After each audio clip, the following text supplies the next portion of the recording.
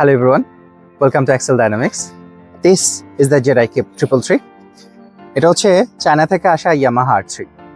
এখন আমাদের দেশে এটা হচ্ছে ইম্পোর্ট করতেছে ড্রাগন মার্ট বাংলাদেশ। এটা হচ্ছে চায়না থেকে আসা নেক্সট জেনারেশন যে বাইকগুলো আছে তার মধ্যে একটা, যেগুলোর কারণে যে জাপানিজ ম্যানুফ্যাকচারার আছে আমাদের, তাদের কপালে চিকন ঘাম দেখা দিচ্ছে। With 38.9 brake horsepower and 27.5 Newton meters of torque, এটা হচ্ছে বাংলাদেশে currently the most powerful bike. এটা যে ফর্মার কিং ছিল আমাদের দেশের টপে, CF Moto 300 SR, ওইটাকে অবাচ্য করছে হচ্ছে এই বাইকটা। আজকে যে রিভিউটা, এটা জাস্ট এই বাইকটার টেকনিক্যাল ডাইসেকশন হবে না, রাদার হচ্ছে এটা যেহেতু ইয়ামাহা R3 থেকে ইন্সপায়ার্ড একটা বাইক, ইয়ামাহা R3 এর এগেইনস্ট এটা কেমনভাবে স্ট্যাক করতেছে সেটাও হচ্ছে আমরা এই রিভিউতে হচ্ছে বলবো।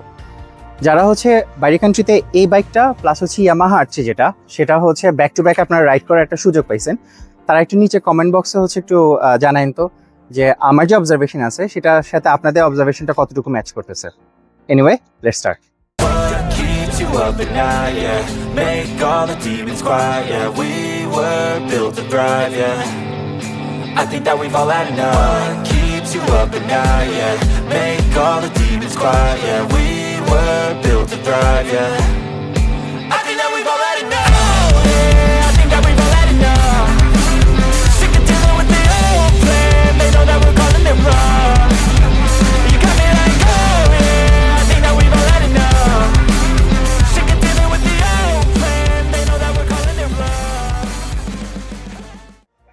ইঞ্জিনটা দিয়ে আমরা স্টার্ট করি।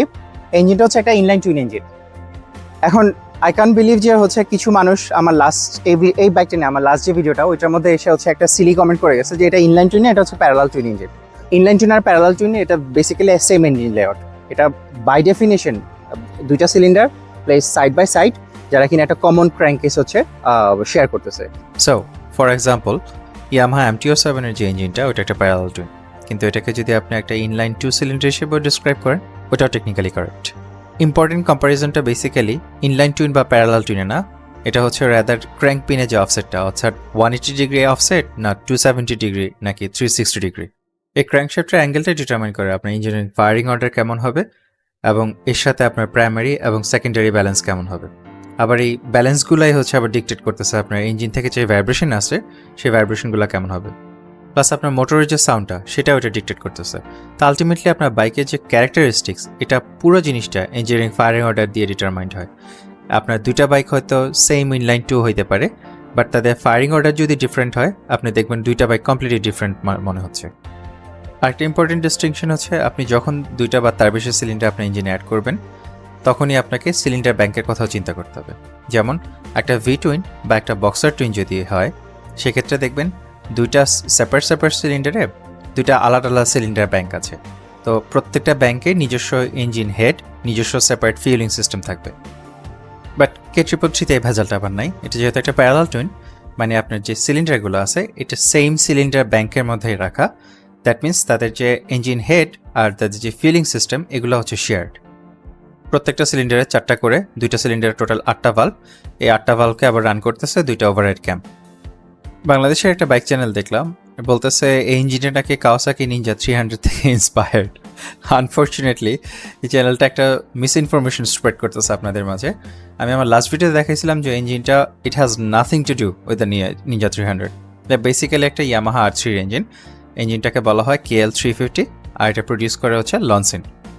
মজার ব্যাপার হচ্ছে এই ইঞ্জিনটার ইন্টারনাল অনেকগুলো কম্পোনেন্ট ইয়ামাহা তাদের R3 বানাইতে যেখান থেকে হচ্ছে সোর্স করে, এই লনসিনও সেম জায়গা থেকেই সোর্স করতেছে। K333 ইঞ্জিনটা আর R3 ইঞ্জিনের ইন্টারনাল আর্কিটেকচার কীভাবে সিমিলার, এটা নিয়ে বিস্তারিত একটা ভিডিও আমার চ্যানেলের মধ্যে আছে। আই হাইলি রেকমেন্ড ওই ভিডিওটা যদি না দেখে থাকেন ওইটা আগে দেখে আসেন, তাহলে এই ভিডিওটা বুঝতে আপনার আরও সুবিধা হবে।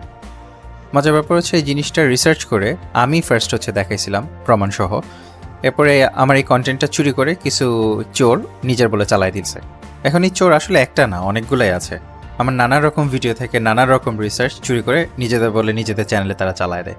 আপাতত তাদেরকে মেনশন করে লজ্জা দিচ্ছি না, বাট আই হোপ যে এই কথাগুলো তাদের জন্য একটা সাটল ওয়ার্নিং হয়ে থাকবে ফর দ্য ফিউচার। আসেন এবার ফ্রেমটার মধ্যে যাই। যেটা K333 যে ফ্রেমটা, এটা R3 এর যে ক্রসলিঙ্ক ডায়মন্ড টাইপ চ্যাসিটা exactly same. And just like the R3, এই চ্যাসিটার মধ্যে ইঞ্জিনটাকে একটা স্ট্রেসড মেম্বার হিসেবে ইউজ করা হয়। এখন এই বিষয়গুলো আমি আমার চ্যানেলে অনেক আগেও এক্সপ্লেইন করছি, তাও হচ্ছে একটু সামারাইজ করি। সেটা হচ্ছে বেসিক্যালি ফ্রেমটা যেটা করতেছে ইঞ্জিনটাকে একটা স্ট্রাকচারাল পার্ট হিসেবে ইউজ করতেছে।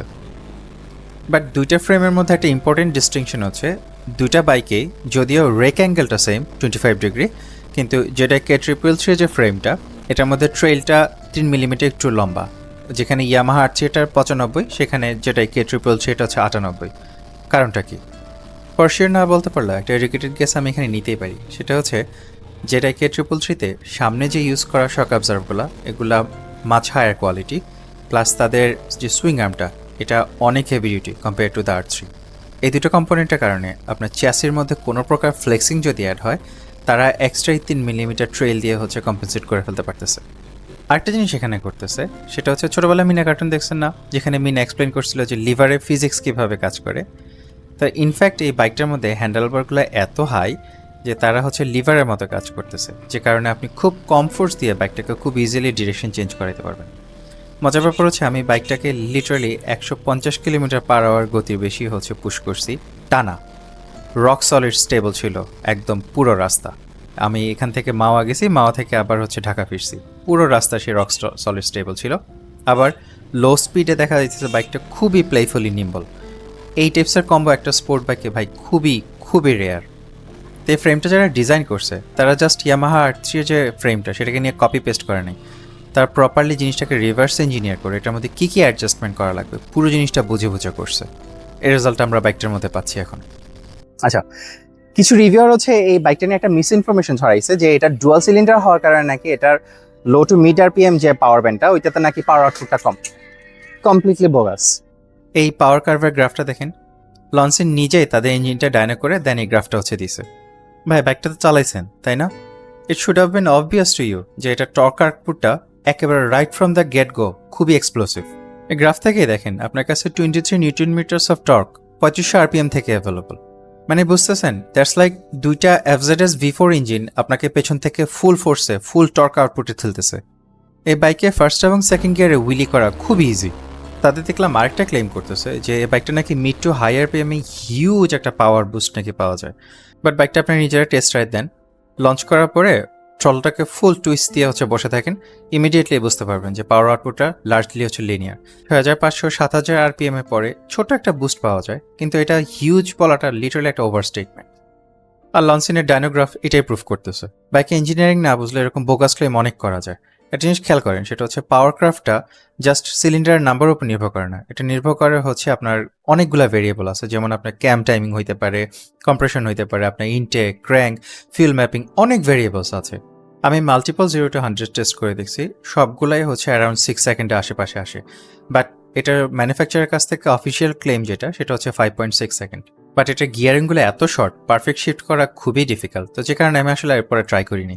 ভাই that's literally faster than a Subaru BRZ বা Dodge Challenger V6।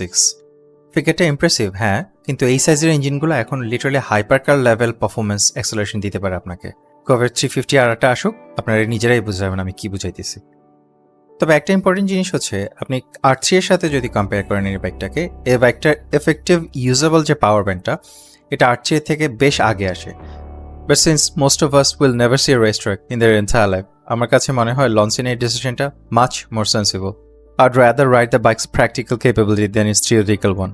And exactly like any other twin cylinder, আপনি যদি বিগ সিসি একটা সিঙ্গেল সিলিন্ডার বাইক চালানোর পরে এটা ধরেন, দেখবেন যে হচ্ছে মনে হবে যে কোনো ভাইব্রেশনই নেই। এটা কারেন্ট হচ্ছে এখানে দুইটা সিলিন্ডার থাকলো, প্রত্যেকটা সিলিন্ডারের সাইজ 161 সিসি করে। তো এটা সাইজে ছোট, এতে ভাইব্রেশনও বানায় ছোট ছোট। এক্স্যাক্টলি দিস ইজ ওয়াই এই বাইকটা অনেক হায়ার আরপিএম সেলিংয়ে যাইতে পারে একটা সিঙ্গেল সিলিন্ডারের তুলনায়, কারণ এই পিস্টনগুলো ওই ফোর্সটা নিতে পারবে before they reach their mechanical limit. আর একটা অবজারভেশন হচ্ছে, যারা এই R3 ভার্সেস এই বাইকটা চালাইছে প্রত্যেকে একটা কথা বলছে যে লঞ্চিন এখানে কিছু একটা করছে যেটার কারণে এই বাইকটা হচ্ছে R3 থেকে বেশি স্মুদার মনে হয়। আই থিঙ্ক ইটস অবভিয়াস, তবু একটা ইম্পর্টেন্ট নোট দিয়ে রাখি, এই বাইকটাকে যদি আপনি একদম রেড লাইনে নিয়ে পুশ করেন কিছু নোটিসেবল ভাইব্রেশন আপনি পাবেনই, দ্যাটস কমপ্লিটলি নর্মাল। কারণ হচ্ছে আপনি কোনো এখানে ইলেকট্রিক ভেহিকল চালাইতেছেন না, এটা একটা কম্বাসশন ইঞ্জিন, এটা একটা ক্যারেক্টার আছে, আর আপনি বাইকটাকে যখন পুশ করবেন সেই ক্যারেক্টারটা আপনি ফিল করবেন। আসেন এবার বাইকটার হিট ক্যারেক্টারিস্টিক্স নিয়ে কথা বলবো। এটার মধ্যে বিশাল বড় একটা রেডিয়েটর দেওয়া, আমি যতই চেষ্টা করছি না কেন কোনোভাবেই এই হিটটাকে আনকমফোর্টেবল লেভেলে নিতে পারি নাই। And remember that's through many 0 to 100 test constant red lining. এই বাইকটা কুলিং ম্যানেজমেন্ট এতটাই ভালো। আমি ডিরেক্ট টেম্পারেচারটা দেখতে পারতেছিলাম না, কারণ বাইকটাতে কোনো অপশন পাইনি ডিরেক্ট টেম্পারেচারটা দেখার। ব্যাটারির টেম্পারেচার গজের মধ্যে টোটাল যে 6টা লেভেল আছে, এই বাইকটা 3 নাম্বার লেভেলটা কখনোই পার করেনি। সো আই সাসপেক্ট ওইটাই তার অপারেটিং টেম্পারেচার, মোস্ট প্রবাবলি 85 থেকে 95 ডিগ্রির মধ্যেই। তবে আমি বাইকটা ফার্স্ট যেদিন হাতে পাই, ওই দিন জাস্ট 5 মিনিট রাইড করার পরে বাইকটা ওভারহিট হয়ে গেছিলো। সো ওই দিন বাইকটাকে নিয়ে অনেকগুলো টেস্ট প্ল্যান করার পরও ওগুলো ডিলে করতে হয়েছে, কারণ এমনিতেই বেচারের উপরে দেখতেছিলাম প্রচুর পরিমাণ ধকল গেছে। এটা কষ্ট দিতে আমি চাইনি আসলে। আমি সন্দেহ করছিলাম ফ্যানটা ম্যালফাংশন হচ্ছে অথবা কুলেন্টে কোনো প্রবলেম হয়েছে। তো পরের দিন তাদের সার্ভিসে নিয়ে যাওয়ার পরে ওনারা দেখলো যে ওই যে কুলেন্ট আছে, কুলেন্টের মধ্যে বাবল আছে। তো বাবলের কারণে লোকাল হটস্পট হচ্ছিলো, যে কারণে বাইক ওভারহিট হয়ে যাচ্ছে। পরে তারা কুলেন্টটা চেঞ্জ করে তারা লিকুইমালের RF12 যেটা, ওইটা দিল। দেওয়ার পরে একদম বাইক কমপ্লিটলি পারফেক্ট, কোনো প্রবলেম আর হচ্ছিল না। ভাই আমি বারবার বলতেছি, this is a serious engine, cooling is no joke here. বুঝতেছেন এই ইঞ্জিনটা কী পরিমাণ হিট প্রডিউস করলে কুলেন্টের মধ্যে কিছু বাবল থাকার কারণে 5 মিনিটের মাথায় ইঞ্জিন ওভারহিট হয়ে গেছে। এখন এটা টের পাচ্ছি না, কজ এটার যে রেডিয়েটর প্লাস ফ্যান দুইটা মিলে এত সুন্দর কাজ করতেছে, ওই হিটটাকে সরাই দিতেছে। যেই কোনো একটা সিস্টেমে সামান্য একটা ম্যালফাংশন ধরা পড়ছে, সাথে সাথে বাইকটা ওভারহিট হয়ে গেছে। সো বড় সিসির এই ইঞ্জিনগুলোতে কুলিং সিস্টেমটা প্রপার থাকা এতটাই ইম্পর্টেন্ট। কুলেন্ট নিয়ে আমার ভিডিওগুলো দেখছিলেন, ওই ভিডিওগুলো আমি বানাই নাই just because I had to. আপনি বড় সিসির যদি একটা বাইক চালান, বাইকটাকে হেলদি রাখতে কুলিং সিস্টেমটা নিয়মিত যত্ন করা খুবই ইম্পর্টেন্ট। এবার আসেন গিয়ারবক্স নিয়ে কথা বলবো।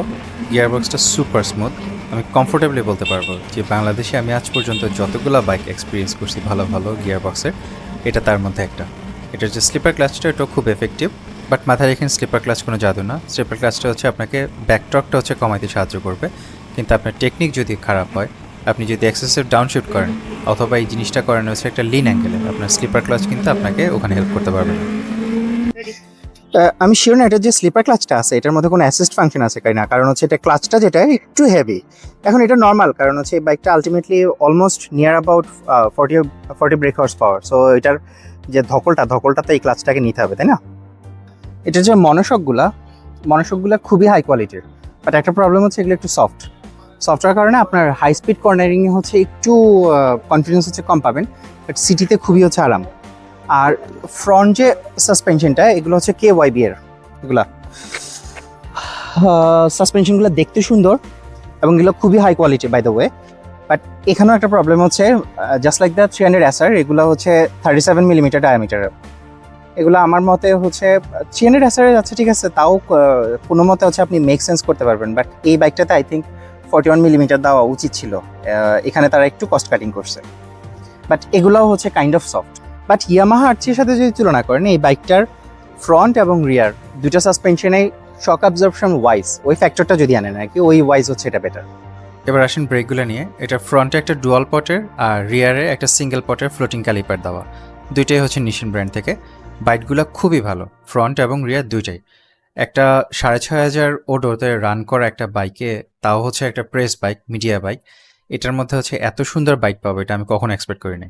আমি প্রিটি শিওর এটা যদি একটা ইউজারের কাছ থেকে নিয়ে একটা বাইক যদি আপনি টেস্ট রাইড দেন, ওখানে আপনি ব্রেকিং ফিলটা আরও অনেক ভালো পাবেন। আর ফ্রন্ট ডিস্ক 296 মিলিমিটার আর পিছনেরটা 240 মিলিমিটার। ও একটু চেক করি।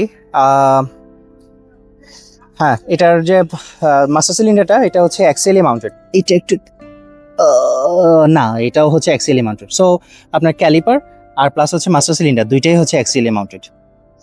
এই বাইকটা স্টক অবস্থা, এটা ফ্রন্ট এবং রিয়ার দুইটা টায়ারই আসে হিলিওস থেকে।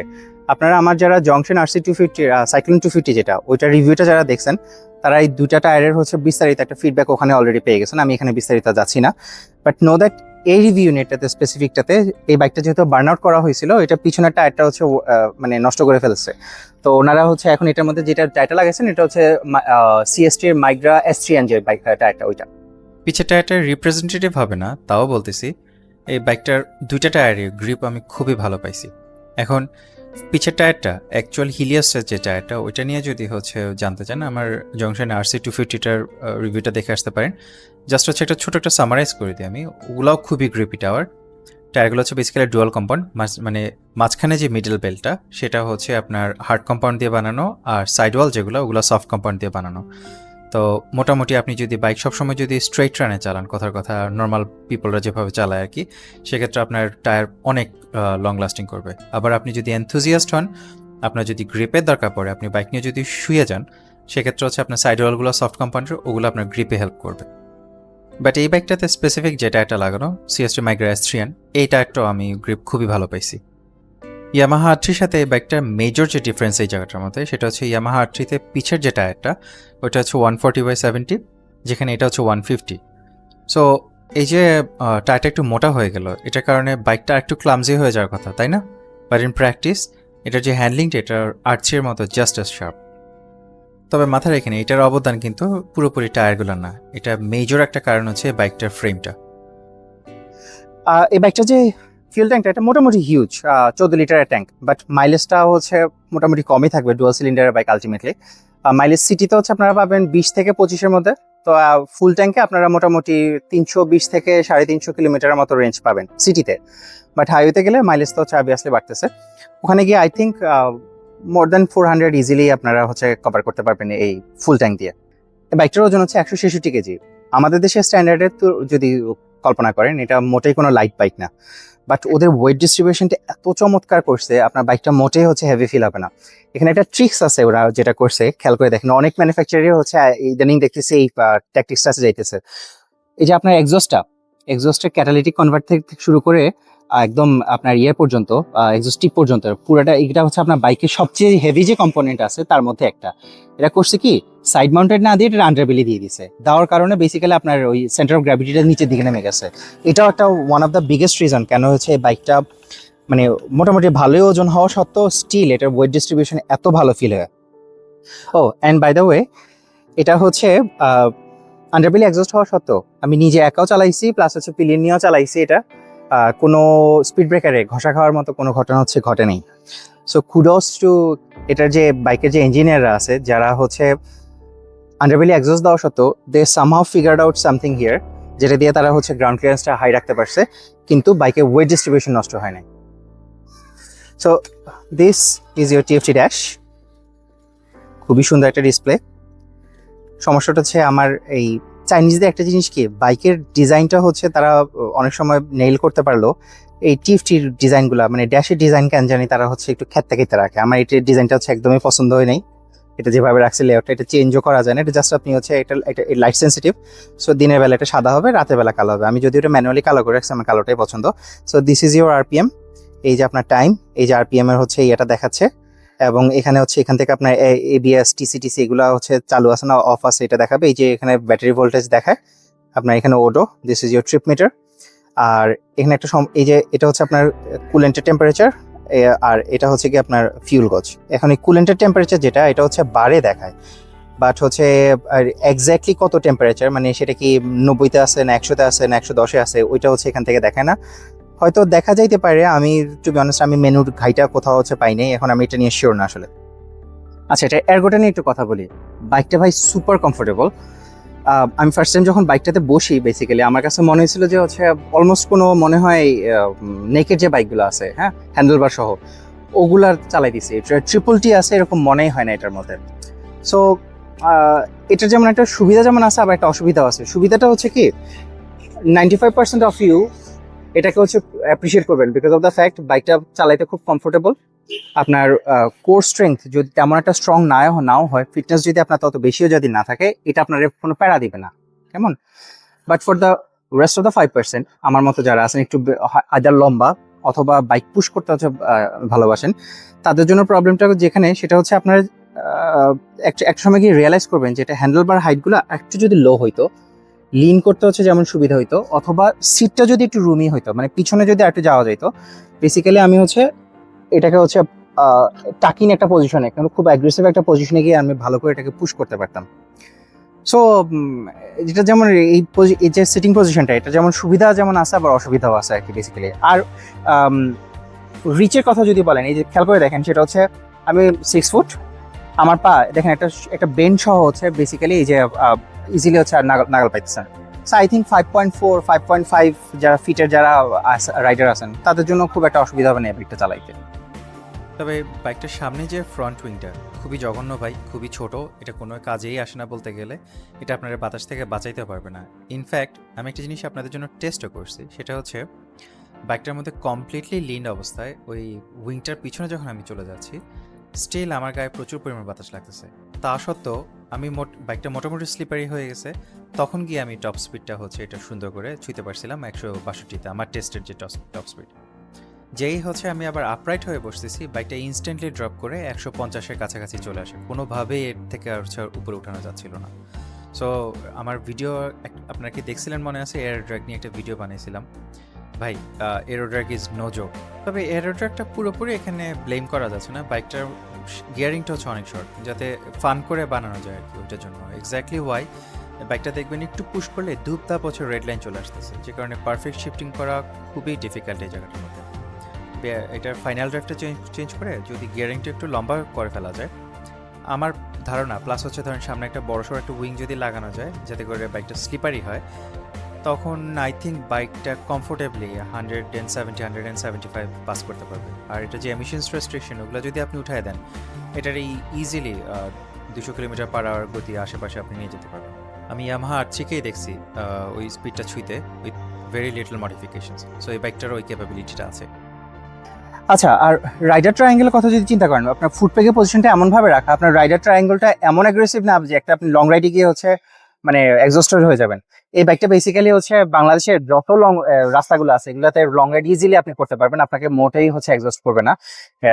এটা হ্যান্ডেলবারের যে পজিশনিং সেটা, প্লাস হচ্ছে ফুটপ্যাকের যে পজিশনিং, এইগুলোর কারণে বেসিক্যালি। আচ্ছা, আসেন এবার সিট ম্যাটেরিয়ালটা। ভাই খুবই হাই কোয়ালিটি সিট ম্যাটেরিয়াল, প্রচন্ড রকম কমফি। জাস্ট হচ্ছে একটাই সমস্যা, সেটা হচ্ছে একটু রুম হচ্ছে একটু কম। লম্বা যদি আপনি বেশি লম্বা যদি হন, সেক্ষেত্রে খেয়াল করবেন যে আপনার বেসিক্যালি ব্যাক অংশটা এসে এটার মধ্যে টাকিং যদি করেন, শুয়ে যদি যান, এখানে এসে হচ্ছে লাইগা যাবেন। স্যার একটু রুমি হইলে ভালোই তো, বাট কমফি, খুবই কমফোর্টেবল এই সিটটা। প্লাস হচ্ছে মোটামুটি অ্যাগ্রেসিভ টাইপসের রাইডিং যদি করেন, সেটার জন্য হচ্ছে গুড ইনাফ। আর পিলিয়ন সিটটা ভাই, এটা নিয়ে আসলে কিছু বলার নাই, খুবই জঘন্য একটা সিট, বাট অ্যাটলিস্ট এটা ওয়েল ডিজাইনড, এমনভাবে ওয়েল ডিজাইন যে আপনি রাইডিংয়ের সময় অ্যাগ্রেসিভ রাইডিংও যদি করেন, আপনার পিলিয়ন এমন কোনো পজিশনে চলে যাবে না যেখানে গিয়ে হচ্ছে বাইকের ব্যালেন্স নষ্ট করে ফেলতেছে সে।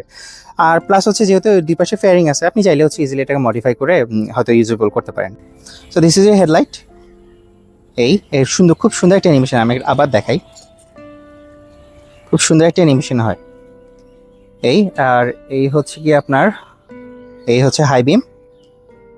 আর এটা যদি জ্বালাই, সো টার্ন সিগন্যাল হচ্ছে ইন্টিগ্রেটেড, খুবই সুন্দর। বাই দ্য ওয়ে, এটার যে হেডলাইটগুলো, এগুলো হচ্ছে জার্মান ব্র্যান্ড অজরামের কাছ থেকে আসা। আপনারা যারা জানেন না তাদের জন্য বলতেছি, অজরাম হচ্ছে সেন্সর এবং লাইট টেকনোলজিতে world leader right now. So যেটাই এখানে কোনো কমতিই রাখেনি।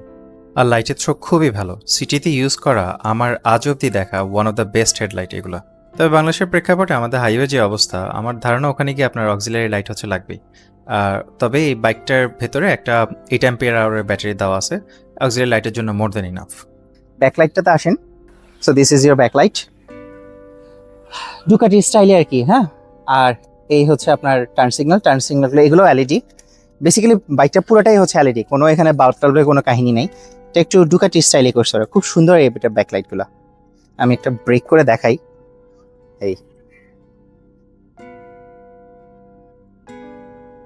আর রিয়ার ভিউ মিরর নিয়ে প্রবাবলি আর বলতে হচ্ছে না, আপনারা এতক্ষণে টের পেয়ে গেছেন বাইকটার মধ্যে লিটারালি কোনো ভাইব্রেশন নেই।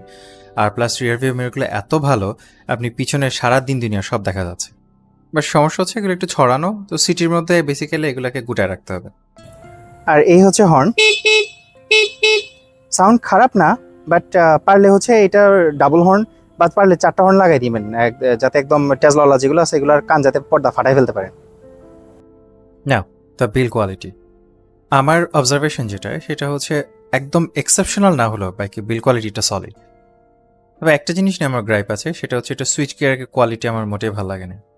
এখন একটা জিনিস আমার কাছে অবাক লাগতেছে, সেটা হচ্ছে বাইকের অন্যান্য কিছু হাতায় আমার কোনো জায়গাতেই হচ্ছে কমতি মনে হয়নি, সবগুলা খুবই রেপুটেড যে সাপ্লায়ার আছে তাদের কাছ থেকে সোর্স করা।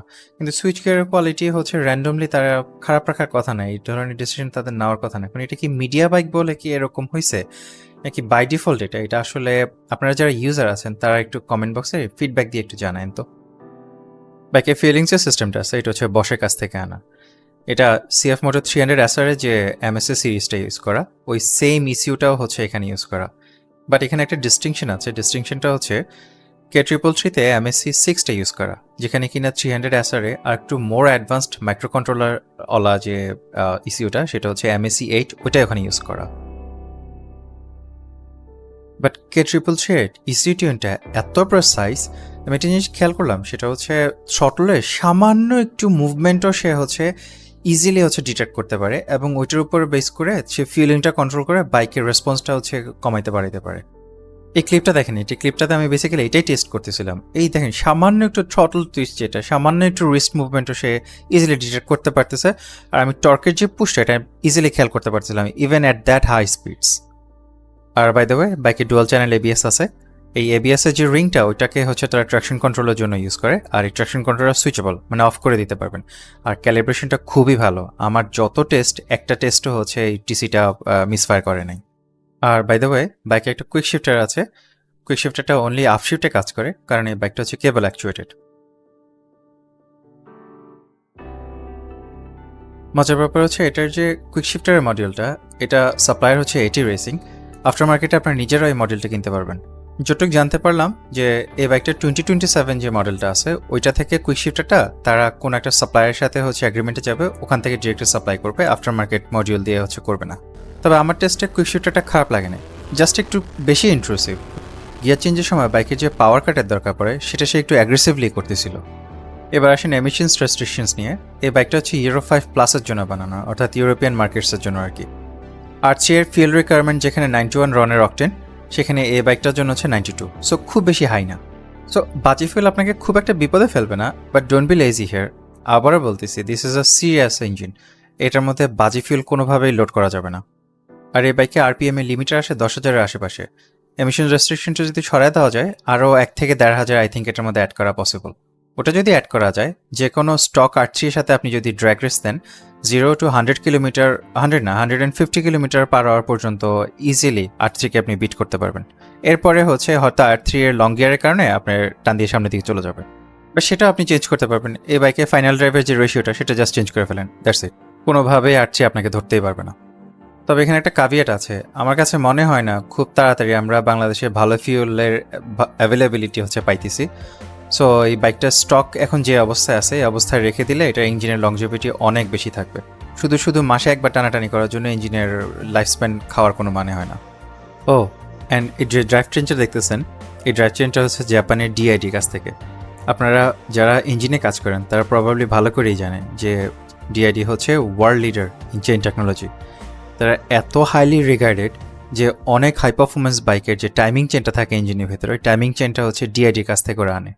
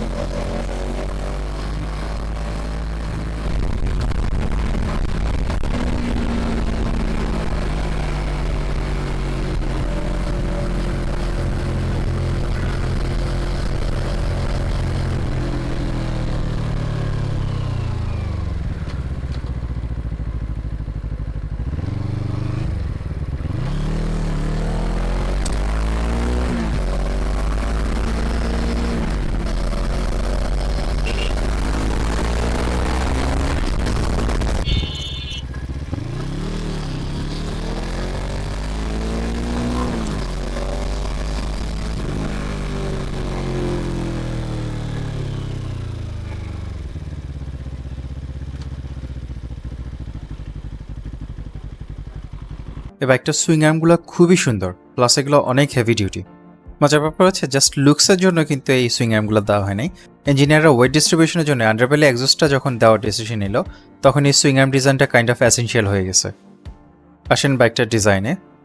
নো, বাইকটা জিপিএক্সে কোনো কপি করতেছে না। ইনফ্যাক্ট আমি প্রিটি শিওর যেটাই জিপিএক্স সম্পর্কে জানেও না। যেটাই মোটরসাইকেল সিনে খুব নিউ একটা এন্ট্রি। ইভেন আফটার দ্যাট জিপিএক্সের হচ্ছে আরও 20 বছর লাগবে, আর 20 বছর ধরে কনস্ট্যান্ট R&D করার পরে তারা যেটাই লেভেলে যেতে পারবে। অন্যান্য ম্যানুফ্যাকচারার তো কমপ্লিটলি ধরাছোঁয়ারই বাইরে। কাহিনী এখানে যেটা হয়েছে সেটা হচ্ছে জিপিএক্স আর জেডাই দুইটাই হচ্ছে ডুকাটিরে কপি করার চেষ্টা করছে। এখন জিপিএক্সের যে কপিটা, সেটা দেখতে মনে হচ্ছে যেন একটা কোনো 10 বছরের বাচ্চা মনে কপি করছে। সেখানে K333 ডিজাইনটা actually a true রেন্ডিশন of a small CC Ducati, except the front. এই ফ্রন্ট লুকটা দেখে মনে হতেছে অনেকটা একটা অ্যাম্বিয়া অগুস্টা F3RR আর একটা ট্রায়াম্ফ ডেটনা 660 একসাথে ম্যাশড করে মানে খিচুড়ি বানায়, তারপরে হচ্ছে তার এই ফ্রন্ট লুকসটা কোনোভাবে রেন্ডার করছে। আচ্ছা, আপনারা যারা গাড়ির এনথুজিয়াস্ট আছেন তারা প্রবাবলি ম্যাকলারেনকে চিনেন, প্লাস টপ গিয়ারের আগের যে হোস্ট জেরেমি ক্লার্কসন তাকেও চিনেন। তো জেরেমি ক্লার্কসন একবার ম্যাকলারেনের এই গাড়িটা MP4 12C এটা নিয়ে একবার একটা কথা বলছিল যে এটার ডিজাইনটা নাকি দেখতে অনেকটা মনে হয় যেন একটা কম্পিউটার এটাকে রেন্ডার করছে। এই গাড়ির বডি কিটের ডিজাইনগুলা উইন্ড টানেলে টেস্ট করার পরে যে ডেটা আসছিল সেই ডেটার উপরে বেস করে নেওয়া, প্রত্যেকটা every single body kit. I wonder Jeremy কি এটা জানতেন বলেই হচ্ছে উনি চিন্তা করছেন এই গাড়িটার লুকস আগলি। বাট আমাকে জিজ্ঞেস করেন, this is one of the most beautiful cars to have ever existed in my eyes. তো যেটা ট্রিপল থ্রিটা এই গাড়িটার কথা আমাকে কাইন্ড অফ মনে করে দেয়। এটার যে কিটগুলা এগুলা উইন্ড টানেলে টেস্ট করা, সো এদের যে শেপটা আপনি দেখতেছেন ওগুলা কোনো ডিজাইন চয়েস ছিল না, বাট রাদার প্র্যাকটিক্যাল চয়েস ছিল। তো আন্ডারস্ট্যান্ড যদি আপনাদের কারো কাছে মনে হয় যে এটার ডিজাইনটা looks a bit busy, so just like the McLaren MP4 12C, I love this design. I know it's a subjective choice, তো আপনাদের কারো যদি পছন্দ না হয় ইটস কমপ্লিটলি ফাইন। কিছু রিভিউয়ার আরেকটা মিস ইনফরমেশন, এই সামনে যে উইংগুলো দেখতেছেন ওরা বলে যে এটা নাকি ডাউন ফোর সেট করে। ভাই কোনোদিন যদি কাউকে একটু বলতে দেখেন একটু কমেন্ট করেন তো এই জায়গাটার মধ্যে যে ভাই ম্যাথ করে দেখান তো এগুলো কতটুকু ডাউন ফোর সেট করে, একটু দেখেন কি করে তারা। আপনি এই বাইকটার টপ স্পিডে গিয়েও এই উইংগুলা থেকে আধা কেজি বা 1 কেজি বেশি ডাউন ফোর্স বের করতে পারবেন না। 300 SR এর ক্ষেত্রে এটা যে ক্যালকুলেশনটা এখানে একদম লিটারালি 1-to-1 ট্রান্সলেশন করতে পারবেন।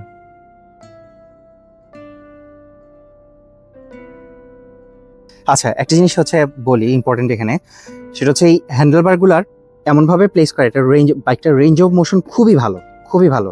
একটাই সমস্যাটা হচ্ছে আপনি যদি হাত যদি একটু টাকিং করে রাখেন এই যে ট্যাঙ্কের শেপটার কারণে হচ্ছে আপনার এখানে এসে বাড়ি খেতেছে। এই যে এখানেও দেখেন এই সেম টু সেম, কেমন আপনার রেঞ্জ অফ মোশনটা হচ্ছে আলটিমেটলি কম, যদিও আলটিমেটলি বাইকটা টার্ন করার সেই সক্ষমতাটা আছে, বাট এই ফুয়েল ট্যাঙ্কের ডিজাইনের কারণে আলটিমেটলি রেঞ্জ অফ মোশনটা হচ্ছে কমে যাইতেছে বাইকটার। This is what happens. আপনি যদি ডুকাটির যে ডিজাইন আছে ওগুলো নিয়ে যদি খুব বেশি অবসেশন থাকে তখন এটা একটা সমস্যা। সো এটা মানে এই ডিসিশনটা বাজে ছিল তাদের, টু বি অনেস্ট।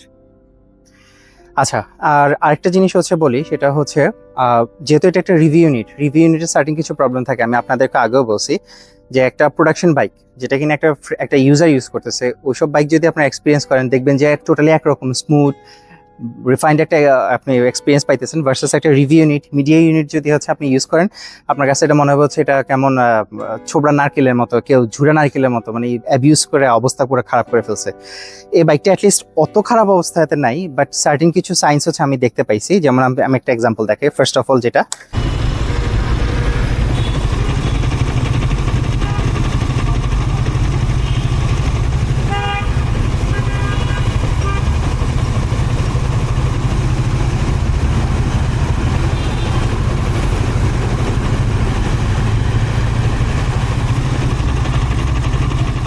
ক্যামেরাতে অ্যাকচুয়ালি কুটটুক ধরা পড়তেছে, আমি বুঝতেছি না সাউন্ডটাকে আপনারা শুনতে পাইতেছেন। আমি ক্লাচটা যখনই ডিসএনগেজ করে দিচ্ছি একটা কট কট কট কট টক টক টাইপসের মেটালিক টাইপসের একটা সাউন্ড হইতেছে। This is called a clutch basket rattle. আমার এখানে যে রিয়াকশনটা দেখতেছেন এটা জেনুইন। এই গুলশান একের সিগন্যালের দ্বারা আমি ফার্স্ট টাইম ফিগার আউট করছি যে এটা ক্লাচ বাস্কেটটা র্যাটল করতেছে। একটা টুইন সিলিন্ডার ইঞ্জিন যখন আইডলে থাকে তাদের যে টর্ক পালসগুলো এগুলো আনইভেন হয়। এখন আপনার ক্লাচের যে বাস্কেট আছে, ট্রান্সমিশনের যে ইনপুট শ্যাফটটা আছে, আর প্লাস যে গিয়ারগুলো আপনি এখনও লোড করেন ওগুলোর মধ্যে যদি ক্লিয়ারেন্স বেশি থাকে তখন এই টাইপসের সাউন্ডটা হয়। এখন আপনি আপনার ট্রান্সমিশনে যদি ড্র্যাগ ইন্ট্রোডিউস করতে পারেন, যেমন একটা গিয়ার সিলেক্ট করলেন, সাথে সাথে যেটা হবে যে ওই ট্রান্সমিশনটাই এই র্যাটলটা ড্যাম্প করে ফেলে তখন সাউন্ডটা চলে যায়। এখন এটার মানে এই না যে ক্লাচটা খারাপ হয়ে গেছে, বাট অ্যাটলিস্ট সাউন্ডটা আমাকে বলতেছে যে এটার যে ক্লাচ বাস্কেটটা আছে অথবা ক্লাচের যে স্প্রিংগুলো আছে এগুলো একটু ক্ষয় হয়ে গেছে।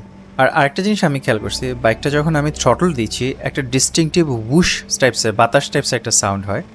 তো শোরুমে যে লোকজন আছে তাদেরকে আমি হচ্ছে জিনিসটা বলছিলাম যে এরকম টাইপসের সাউন্ডটা আপনারা কি টের পাইছেন কিনা। তো ওনারা যেটা বললেন যে সাউন্ডটা পাইছেন কিন্তু বুঝতেছেন না সাউন্ডটা কোত্থেকে আসতেছে। আমি পরে বললাম যে এটা এয়ার ফিল্টার বা এটা ইনটেক ম্যানিফোল্ডে কোথাও কি লিক আছে কিনা। পাশে একজন টেকনিশিয়ান দাঁড়ানো ছিলেন, উনি যেটা বললেন যে এটার যে এয়ার ফিল্টারটা ওইটার একটা স্ক্রু নাকি নষ্ট হয়ে গেছে, তো প্রপারলি স্ক্রু ইন করে নাই উনি। এটা বুঝতেছেন, clear signs of abuse plus lack of maintenance. এই বাইক যে 170-75 জানে আমি এটাতে খুব একটা অবাক হইনি। এবার বুঝছেন, media bike, press bike, review unit এগুলো থেকে একটা বাইকের রিয়েল পারফরমেন্স ডেটা বের করে আনা খুবই কষ্টকর আমাদের জন্য। আসেন একটা গ্রাইপ নিয়ে হচ্ছে কথা বলি আমার, সেটা হচ্ছে এই বাইকটার রিভিউ হচ্ছে অনেক আগে দেওয়ার কথা ছিল, বাট চ্যানেল আসতে এত দেরি হলে কেন? Because of BRTR. এই বাইকটার তারা হচ্ছে নাম্বার হচ্ছে এতদিন পর্যন্ত দিতে পারতেছিল না। বিআরটিআর থেকে কিছু কমপ্লিকেশন আসছে, তারা বিআরটিআর সব ধরনের কার্যক্রম সম্পন্ন করার পরেও বিউরোক্রেটিক কিছু রিজনে, বেসিক্যালি পলিটিক্যাল রিজন আর কি, আমি একদম ব্লান্টলি হচ্ছে বলে ফেলি, পলিটিক্যাল কিছু কারণে তারা আলটিমেটলি হচ্ছে কিছু হার্ডলসের শিকার হয়েছে, যেটা কারণে নাম্বারগুলো দিতে পারতেছিল না।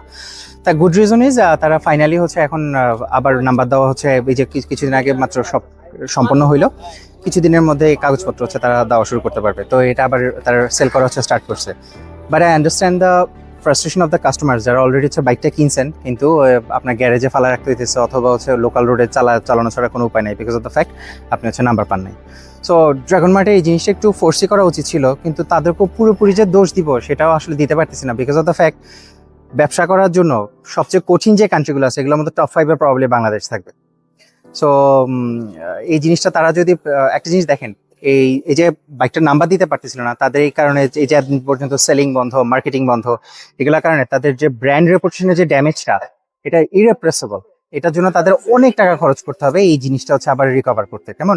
এটা কিন্তু তারাও বুঝতেছো। তো কোনো ব্র্যান্ড মাথায় রেখেন ইচ্ছে করে হচ্ছে এগুলা করে না। এটাও যেটা বললাম যে ব্যবসা করার জন্য হচ্ছে আমাদের বাংলাদেশে যেসব কাহিনী করতে হয়, এগুলার কারণে হচ্ছে অনেকে দেখা যায় যে আলটিমেটলি একটা সার্টেন একটা প্রোডাক্ট মডেল বা সার্টেন একটা ব্র্যান্ড নিয়ে কাজ করবো শুরু করার পরে যখন দেখে যে একটার পর একটা হার্ডলসের শিকার হচ্ছে, একটা সময় গিয়ে ধুরো ব্যবসাই করবো না।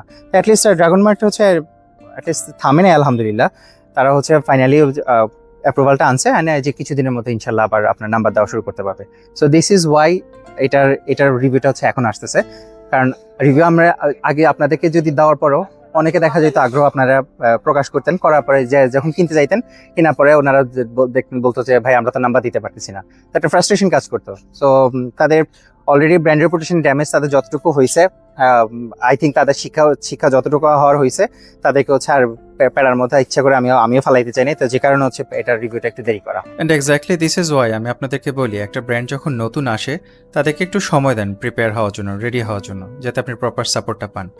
একদম খুব বেশি এনথুজিয়াস্ট যদি না হন যে আপনার বাইক এখন লাগবেই, তাহলে হচ্ছে একটু সময় নিয়ে তারপর বাইকটা কিনেন, এতে এই নেগেটিভ এক্সপিরিয়েন্সগুলো শিকার হইতে হবে না আপনাকে। So let's address the elephant in the room, বাইকটার প্রাইস। চায়নাতে কারেন্টলি এই বাইকটার প্রাইস হচ্ছে অ্যারাউন্ড 20,000 ইউয়ান। সো আপনি যদি প্রাইস কনভার্জন করেন after tax and import cost, the price make sense to me. But the better question is, at the current state of the Bangladesh market, এটার প্রাইসটা কি আপনার কাছে মেক সেন্স করে কিনা? আসেন এবার আমার ভার্ডিক্টটা আমি দিয়ে দিই।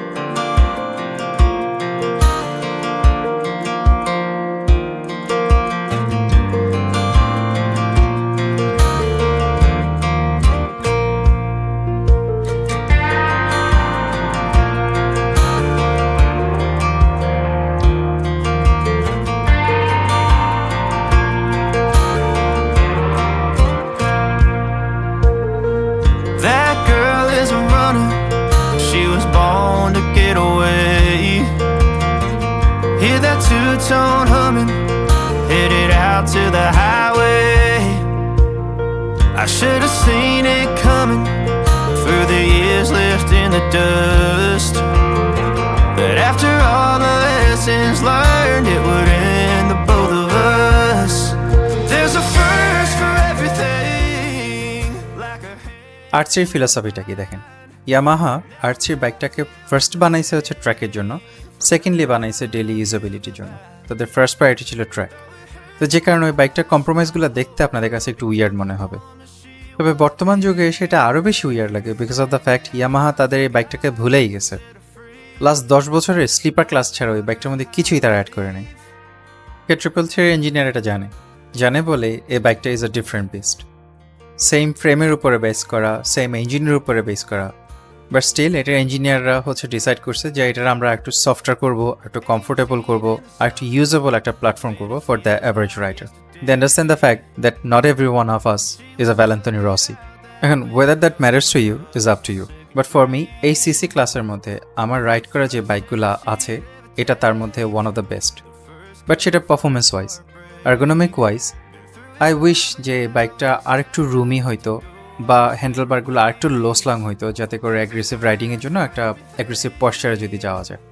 But I understand the decision of the engineers, ওরা চাইছে যে এই বাইকটা আপনি প্রতিদিন নিয়ে যেতে বাইর হন, প্রত্যেকটা রাইডে যাতে এই বাইকটা ইউজ করেন।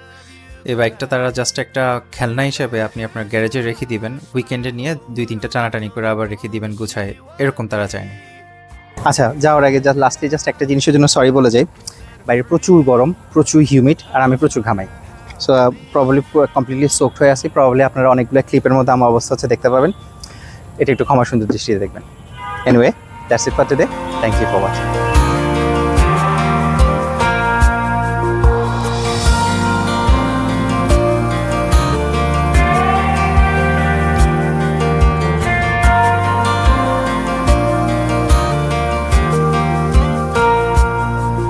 There's a first for everything, like her hand holding mine.